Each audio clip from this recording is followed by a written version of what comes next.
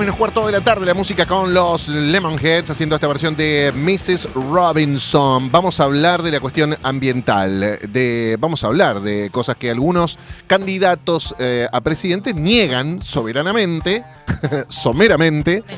Y bueno, y que otros candidatos, sobre todo que me gustaría que hablaran de estos temas, todavía no se han expedido sobre estas cuestiones. Seguramente en el segundo debate van a ser temas que toquen, porque van a estar planteados ahí. O no también, ¿no? ¿No? Me parece que me encantaría, ojalá. Me parece que es indispensable en la agenda política, por lo que hablábamos antes. Es una ventana de oportunidad para la Argentina, la explotación de algunos recursos naturales y el cómo se van a explotar es una discusión que debería preocuparles a todos los candidatos, ¿no? Sí. Sean negacionistas o no del cambio climático. Bueno, todos los sectores políticos se han puesto de acuerdo en que el litio y el petróleo y el gasoducto le van a dar mucho rédito a nuestro país. Después hay que evaluar cómo vamos a afrontar esas políticas y cómo las vamos a poner en práctica. Para esto convocamos al viceministro de Ambiente de la Nación, el señor Sergio Federovisky, y lo tenemos en el Zoom. Sí, hola Sergio, buenas tardes, ¿cómo estás? ¿Qué tal? Buenas tardes, gracias por llamar. Por favor, gracias por estar con nosotros este ratito. Quiero preguntarte a vos cómo te pega esto de que no se hayan expedido los candidatos presidenciales en esta materia, salvo Milei, que directamente niega el calentamiento global y el cambio climático, ¿no? Yo creo que sí se han expedido. Ahí discrepo levemente con ustedes.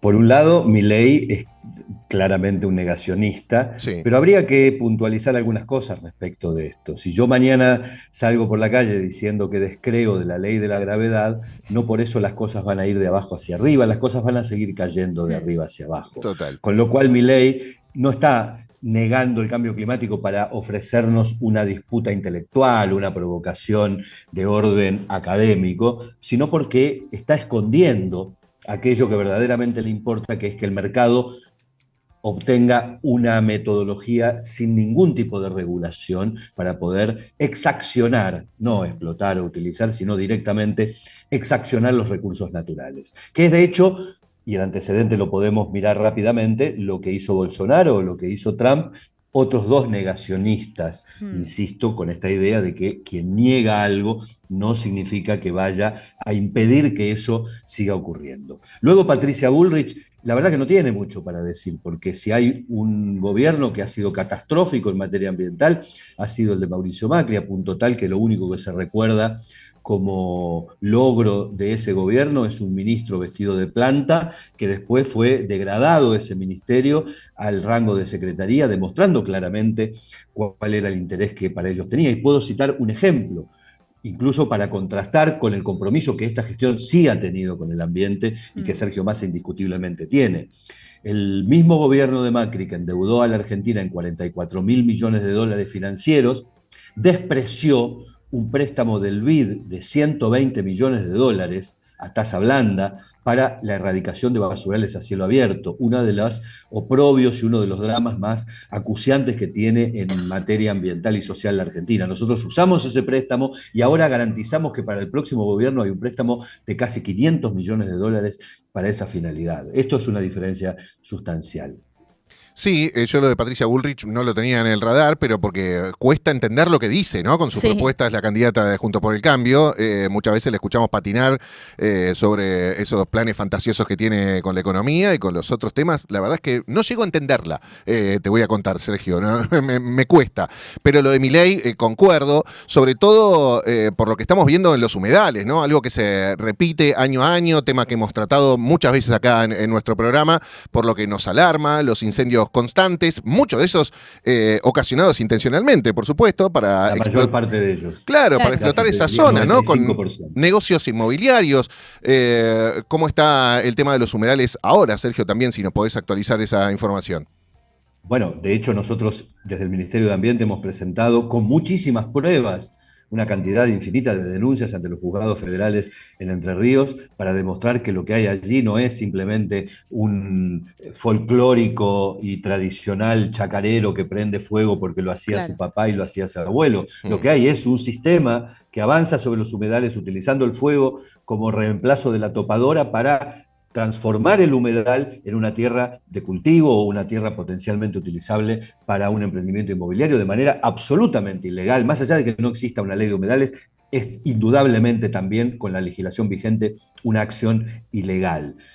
Un señor como Milei indudablemente defendería esa libertad, entre infinita cantidad de comillas, del empresario, o del chacarero o del especulador inmobiliario para hacerse del humedal tierras que en la cabeza de Milei seguramente son improductivas, desprolijas, inútiles, etcétera, etcétera. Milei es el exponente más acabado de una derecha recalcitrante que durante buena parte del siglo XX, fundamentalmente después tras la posguerra, donde había necesidades sociales, materiales muy acuciantes, puso en marcha una lógica de que el modelo de crecimiento y de desarrollo es sojuzgando la naturaleza, poniéndola de rodillas y convirtiéndola a favor de nuestros intereses. Nosotros no creemos eso, claramente. Por eso ustedes plantearon al comienzo la necesidad que sí tienen países como la Argentina de la explotación o la utilización de sus recursos naturales, y yo quiero decir que no hay una sola manera de hacerlo. Claro. Hay una forma Milei o una forma Bullrich, pero también hay una manera de utilizar los recursos naturales con valor agregado, con desarrollo local, con control social y control de los trabajadores, con normativa vigente y férrea a favor de los estados, tanto municipal, provincial como nacional, con regalías para los municipios y las provincias que sean verdaderamente importantes para su desarrollo local. Todo esto hace a la diferencia entre la utilización de los recursos naturales y el saqueo. Claro. Bueno, en esa dirección, Milei ha demostrado más de una ocasión que su voluntad es la de erradicar inclusive algunos ministerios de lo que es la cartera que existe hoy en día, y entre ellos estaría la erradicación del Ministerio de Ambiente. Me gustaría, si vos podés, Sergio, contarnos un poco en qué trabajan ustedes del ministerio y cuál es su injerencia sobre justamente esta discusión, ¿no? Sobre cómo se explotan los recursos naturales que tiene la Argentina hoy. Te doy dos datos. Uno, acabo de mencionarlo, nosotros ejecutamos, porque tuvimos la decisión política de hacerlo, que no tuvo el gobierno anterior, un préstamo que nos permitió erradicar una buena cantidad de basurales en el país, pero poner en marcha 8 grandes centros de tratamiento de residuos en Concordia, en Formosa, en Moreno, en Quilmes, en Chascomús, en Villa María, en Mendoza, y tenemos el dinero, el país tiene el dinero garantizado por parte del Banco Interamericano de Desarrollo, del Banco Europeo de Inversiones, del Banco Mundial, de la Agencia Francesa de Desarrollo, para poder multiplicar esto por 10 en los próximos 4 años y avanzar en algo que ningún país merece, pero que la Argentina claramente no puede permitirse, que es tratar la basura como en el siglo XIX, tirándola en un pozo y prendiéndole fuego. Esto no puede tolerarse, porque estamos hablando mucho del compromiso ambiental, etcétera, pero a la basura la tratamos, insisto, como en el medioevo. Lo segundo que puedo mencionar claramente, y en esto sí nos vamos a diferenciar indudablemente de personajes como Milei, es el fortalecimiento que le hemos dado al Plan Nacional de Manejo del Fuego, con una decisión promovida desde este ministerio, pero solventada y respaldada desde el entonces presidente de la Cámara de Diputados de la Nación, Sergio Massa, que permitió que a través de una modificación legislativa el Plan Nacional de Manejo del Fuego se financie directamente a partir de una alícuota de las pólizas de seguro y por lo tanto tenga el volumen de dinero y la previsibilidad como para no solo haber multiplicado por 70 el presupuesto del año 2019, sino además tener la posibilidad de proyectar hacia el futuro, que nos ha permitido en estos días concretar la compra de 3 helicópteros para el combate de los incendios forestales a Canadá mediante un acuerdo de cooperación. Eso es política de Estado en materia de cambio climático. Quien descree del cambio climático, obviamente, no solo va a cerrar el Ministerio de Medio Ambiente, sino que va a desmantelar cualquier política que vaya en esa dirección. Y yo le preguntaría a Milei, en su condición de economista incluso, ¿cómo resolvería una política de adaptación en un país que acaba de padecer una sequía tremenda que le provocó la pérdida de cerca del 25% de sus ingresos de exportaciones agropecuarias, cuando esa sequía se reproduzca en el futuro, porque es una consecuencia del cambio climático y ya está instalada en nuestro escenario? Claro. Sí, y eso también se lo podemos preguntar, Sergio. ¿Se puede hacer alguna infraestructura, alguna obra que pueda combatir la sequía al volumen nacional que sufrió la Argentina? Que no es la primera vez que la sufre, lo mismo que sucede con los incendios forestales, ahora en Catamarca, pero que se repiten también en Córdoba. ¿Hay alguna manera de combatir a gran escala lo que está sucediendo en todo el planeta, ¿no? Porque vemos incendios en California, vemos inundaciones en Nueva York, lo mismo en Europa. Arrecian las altas temperaturas. ¿Hay una manera de hacerle frente al cambio climático y al calentamiento global? Primero, agradezco que señales que indudablemente estamos frente a un escenario global, que por supuesto tiene su bajada local en la Argentina, pero el desafío es indudablemente global porque la afectación que provoca el cambio climático es global. En segundo lugar, está claro también que a lo largo de los últimos 30 años la diplomacia internacional, motorizada por los países desarrollados que no quieren modificar su matriz energética ni sus mecanismos de consumo, de ultraconsumo, ha fracasado en poner en marcha programas y políticas a escala mundial para frenar el progresivo aporte de gases de efecto invernadero a la atmósfera, que es lo que provoca el cambio climático. Pero luego hay que señalar qué pasa internamente en la Argentina.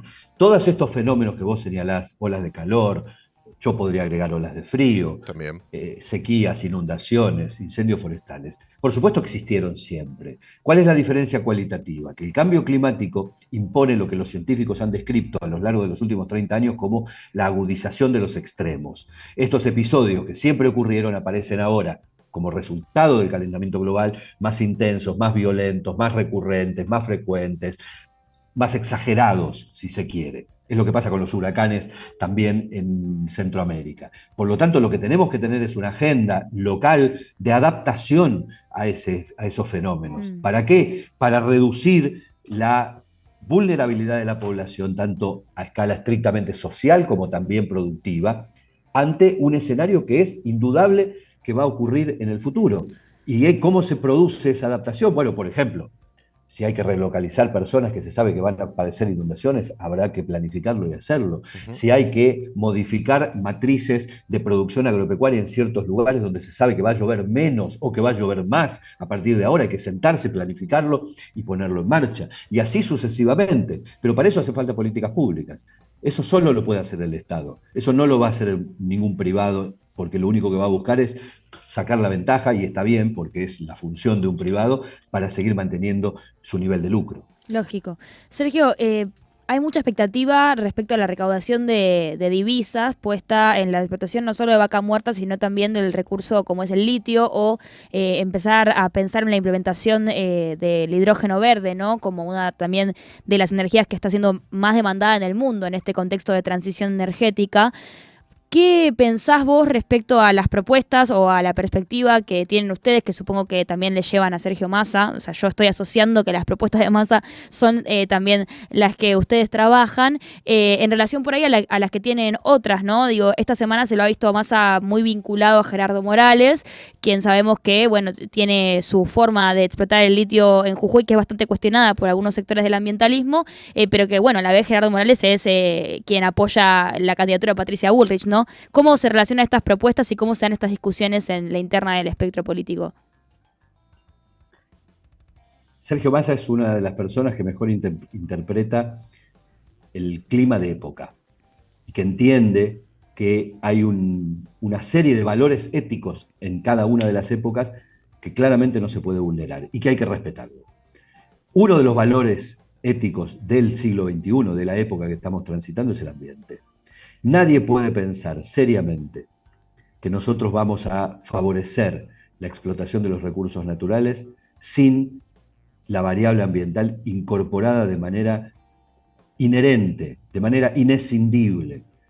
Porque de lo contrario, nuestra falla allí no solamente sería económica, porque corremos el riesgo de que también dejen de comprarnos si nuestro modelo de explotación de recursos naturales es irracional, sino que también sería una falla ética, y muy seria, y muy grave. Yo al menos personalmente no lo permitiría, y estoy convencido de que Sergio Massa tampoco. Esto más allá de los personajes que podemos señalar en cada uno de los espacios políticos. No hay chances de que la Argentina pueda desarrollarse sin utilización de sus recursos naturales. Pero no hay chance de utilizar esos recursos naturales de otro modo que no sea con la sustentabilidad como sello, como marca en el orillo. Nosotros creemos seriamente en eso. Quien diga que la Argentina puede desarrollarse sin utilizar sus recursos naturales está condenando a la Argentina a, no digo al atraso, pero sí a una lentitud en su modelo de desarrollo muy exasperante.